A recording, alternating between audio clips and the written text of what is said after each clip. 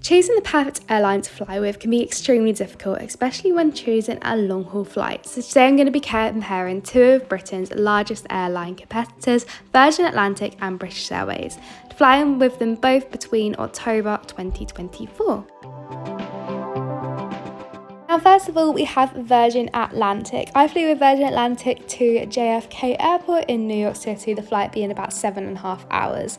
Now, I was really excited to fly with Virgin Atlantic again, but I did realise there was a lot of changes since COVID and a lot of cutbacks. Now, for the Virgin Atlantic flight that we were on, it had a seat configuration of 333. I love the cabin atmosphere of Virgin. I just think the red light and atmosphere makes such a nice addition to the flights. They had some really great songs on before you start your journey with them, and we were actually really lucky to be on a really quiet plane.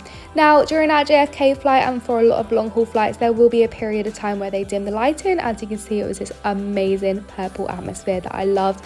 Overall, it's a really comfortable flight, and this mood lighting just made such a difference. Now, next up we have food. Once again, I was super lucky to be on quite a quiet flight, so they came around with drinks a lot often than probably what they do in reality. All the food here is great because it has a bit of like a vegan, gluten-free for pretty much all the snacks to make it a little bit more inclusive.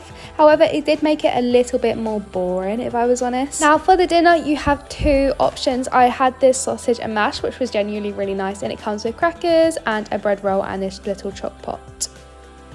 I'm not personally a fan of these, so I'm going to try it and see how it is. But we'll give it a go. Anyway, dinner's been really nice.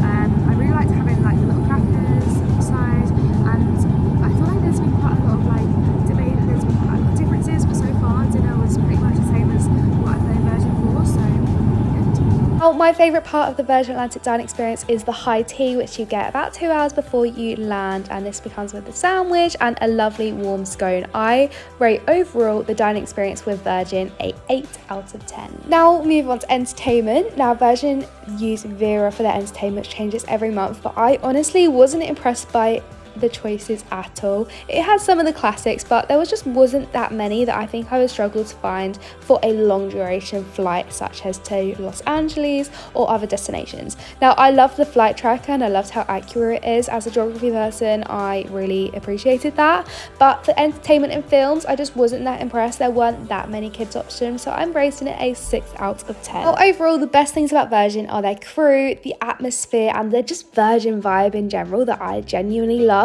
I would rate Virgin a 8 out of 10. I think if you're similar prices than British Airways, I'd rather go with Virgin just because of that Virgin experience. But let's move on to British Airways and see how they compare. We flew with BA all the way to Vancouver, which was an 11-hour flight, a lot longer than the New York flight, and I was a bit apprehensive for British Airways because I heard a lot more worse reviews. First of all, we're going to be looking at the economy cabin experience. Now, it was a little bit more basic than Virgin. It just had a bit more of a classic, nothing jazzy feel about it. So the food and drinks options were pretty similar on Virgin and British Airways. I would say I think I just about preferred the dine-in for dinner on British Airways, and I loved getting the pretzels because they were a little bit more nicer than the freeform options that Virgin had, and that was all they had. Virgin definitely come around with drinks a lot more, so the cabin crew even said take 2 drinks each time they come around with British Airways because there's so many people to get through. Now, as you can see, this is the vegan meal. I didn't manage to get this on Virgin Atlantic, but it's quite a large size. As you can see, it comes with your dessert, and it also comes with a little salad pot, which I don't think we got with Virgin, which I think is an added bonus. And I really enjoyed my dinner with British Airways. We had a curry, and it was a bit of a bigger portion than I think the Virgin Atlantic one was, which I preferred. I rated dinner like an 8 out of 10. It was genuinely really nice. The curry was super good, and the dessert, this was this apple crumble, was so good. The rest were very similar to Virgin, so like couldn't really kind of compare. But yeah, the curry was amazing.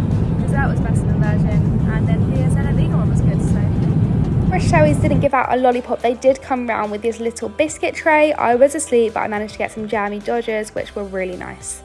Now, the thing that let down British Airways was probably the lunch, and I'll explain why here. You get your lunch, and it's like a little pastry. It's quite nice, to be fair, but it's just not a lot compared to what we've got on Virgin.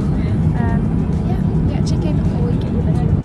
So when it comes with actual in-flight entertainment itself, British Airways is the crystal clear winner with this. There was so many options. British Airways seems to collab with Paramount Plus. So you had pretty much the entire Paramount Plus, which meant so many kids films, so many series, so many amazing new films, and I just much preferred this than Virgin Atlantic's options. The Sky Map was pretty similar. I always think that's fun. There were lots of games on British Airways. To be honest, I had more time to play those games on BA, but I would say the in-flight entertainment was so much better than Virgin, and I genuinely couldn't get bored.